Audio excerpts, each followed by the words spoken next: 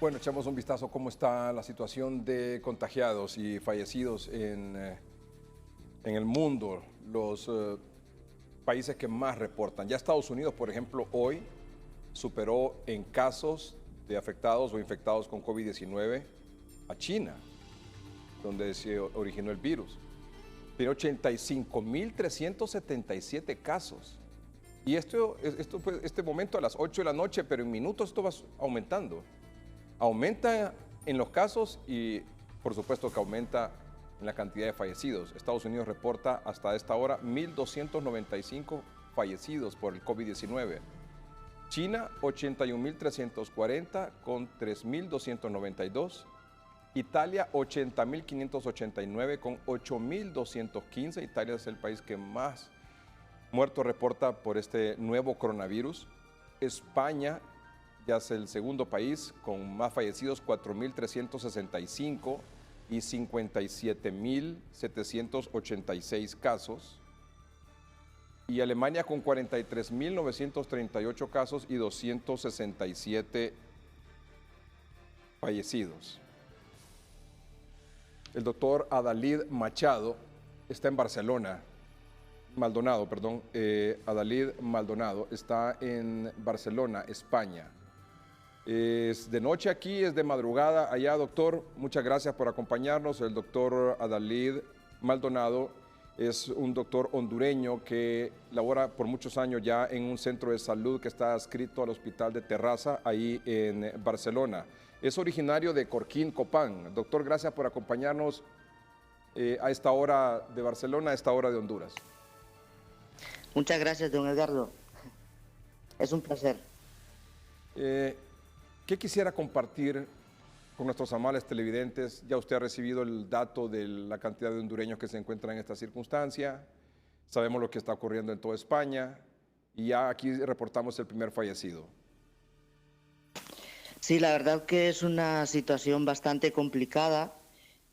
Aquí llevamos ya prácticamente más de 2 semanas conociendo el número de casos que van subiendo y subiendo.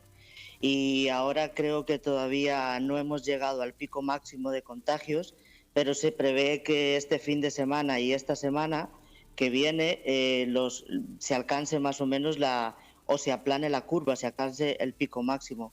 Sin embargo, en cuanto a las personas fallecidas, los datos no son muy esperanzadores porque las personas que se sabe que han sido contagiadas, o sea, que han contraído el virus y han empezado con síntomas hace una semana, ahora es cuando empezarán con las complicaciones y bueno, la situación de las UCIs, los hospitales, pues puede empeorar muchísimo más. Se prevé que las muertes pues suban a las 10.000 aproximadamente. Esperemos que no llegue a serlo, pero probablemente sí que lo sea. ¿Qué fue lo que ocurrió en España, doctor? ¿Qué fue lo que detonó esta situación? Yo creo que fue al principio las autoridades no tuvieron la valentía para haber decretado un estado de alarma, yo creo, antes. No se hizo la suficiente precaución a la hora de los viajeros que venían desde Italia o desde China. Y yo creo que eso fue el detonante, porque es un virus que se contagia muy rápido y yo creo que fue el detonante de todo esto. ¿Cuál es la lección aprendida en España que debemos aplicar aquí nosotros o que debemos nosotros aprender también? Pues yo creo que las medidas que se empezaron a tomar hace una semana ahí en Honduras están bien. Yo creo que es porque es para detener la propagación del virus, la única manera que tenemos es quedarnos en casa, porque se ha visto que es un virus con una alta capacidad de contagiosidad y es la única manera que se puede detenerlo. Yo creo que de nada sirve decretar un estado de un toque de queda, cerrar colegios, pero si al día siguiente se abren los bancos para tener que ir a pagar la luz o el agua. O sea, eso no tiene ningún sentido. Yo creo que es lo que deberían de aprender y lo que deberían de tener en cuenta para que no pase lo que está pasando aquí en España. Porque si nos damos cuenta, claro, el sistema sanitario de Honduras no tiene la capacidad para soportar esta epidemia. Y sería la verdad que muy catastrófico, ¿eh? O sea que en su opinión, por ejemplo, este asunto de los toques de queda, del confinamiento, debe ser radical, debe ser absoluto y debe ser casi permanente, por lo menos durante las próximas 2 semanas. Probablemente sí. El problema es que en Honduras, bueno, conocemos la situación, la mayoría de la gente no tiene la capacidad ni los medios para sobrevivir todos los días. Es decir, no tiene la capacidad o sea, para almacenar alimentos durante una semana.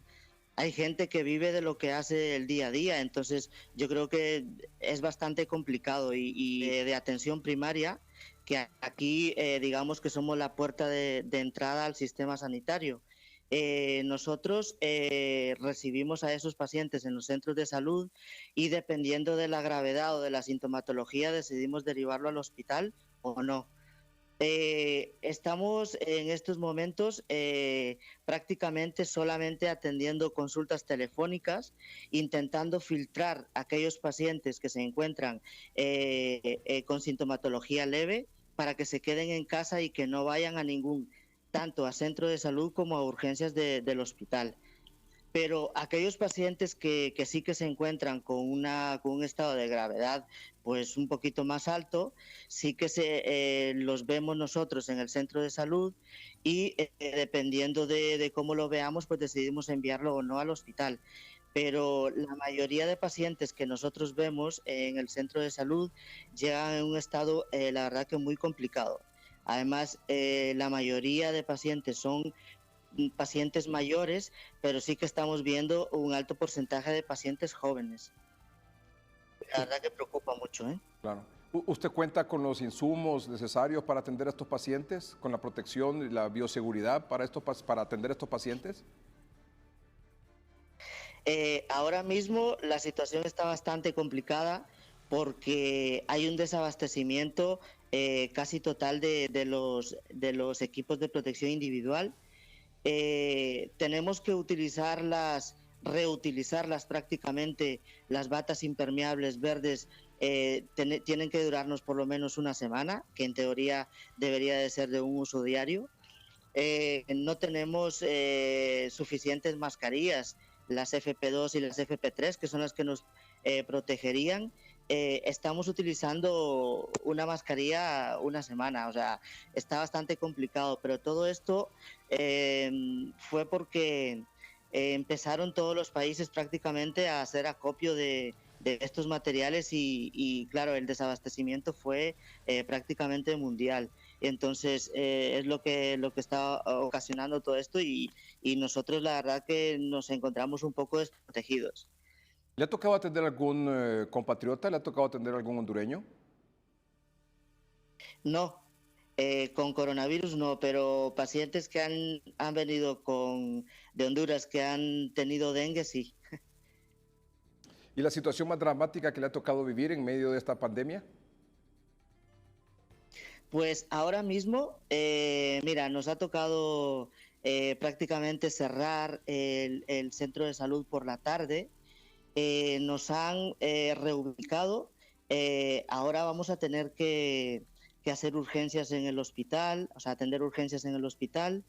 Tenemos que ir a ver a pacientes que les han dado de alta a su domicilio, porque en el hospital es que ya no hay cupos, o sea, ya no hay camas. Por ejemplo, en el hospital de Tarrasa se ha triplicado el número de pacientes que están en la UCI. Entonces, los pacientes que están medianamente bien se están enviando a domicilio con tratamiento y tenemos que ir nosotros a casa a cuidarlos. El fin de semana pasado sí que tuve guardia en el hospital, pero me tocó prácticamente que ir a atender a pacientes a domicilio y fue cuando empezó todo, cuando estalló todo esto o sea, fue una guardia muy mala porque tuvimos una cantidad de pacientes que tuvimos que ir a ver a su domicilio y que estaban muy malos, o sea, muy graves. Doctor, ¿qué mensaje, en dos sentidos? Primero, a la autoridad aquí en Honduras y, por supuesto, a la población. ¿Qué mensaje nos daría? Pues a la población, bueno, en primer lugar, que no tengan miedo y que, bueno, mucho ánimo. Sé que la situación es muy difícil para un montón de la población en Honduras, pero que hagan todo lo posible por no salir de casa. Sí es verdad y a las autoridades les diría, y lo que dije antes, que no tiene ningún sentido decretar un toque de queda o prohibir la circulación en las carreteras si luego después se permite que vayan al banco porque tengan que pagar la luz o el agua. Entonces, son cosas digamos, contrarias, ¿no? a lo que dice para evitar esta propagación del virus. Doctor, muchas gracias por acompañarnos esta noche, madrugada, allá en Barcelona. Muchas gracias. Solamente quería hacer un llamamiento hay un grupo de hondureños aquí en España y en Estados Unidos que han creado un grupo en una página de Facebook que se llama Hondureños contra el COVID-19. Lo que se pretende es recaudar fondos, que ya hemos recaudado una buena cantidad de dinero, para comprar material y destinarlo al personal sanitario de los hospitales de Honduras. Porque creo que si no se cuida al personal sanitario, que es el que va a atender a los casos graves y a toda la población, estos profesionales tienen mucho riesgo de contagiarse y si no los cuidamos y si nadie los cuida, entonces va a ser muy complicado salir de esta situación. Riesgo de contagiarse ellos y sus familias. Exacto. Aquí, bueno, el 14% de todos los infectados, o sea, de los 57.000 infectados que hay en toda España, el 14% son profesionales sanitarios. Y de esos han muerto ya 2 médicos y una enfermera.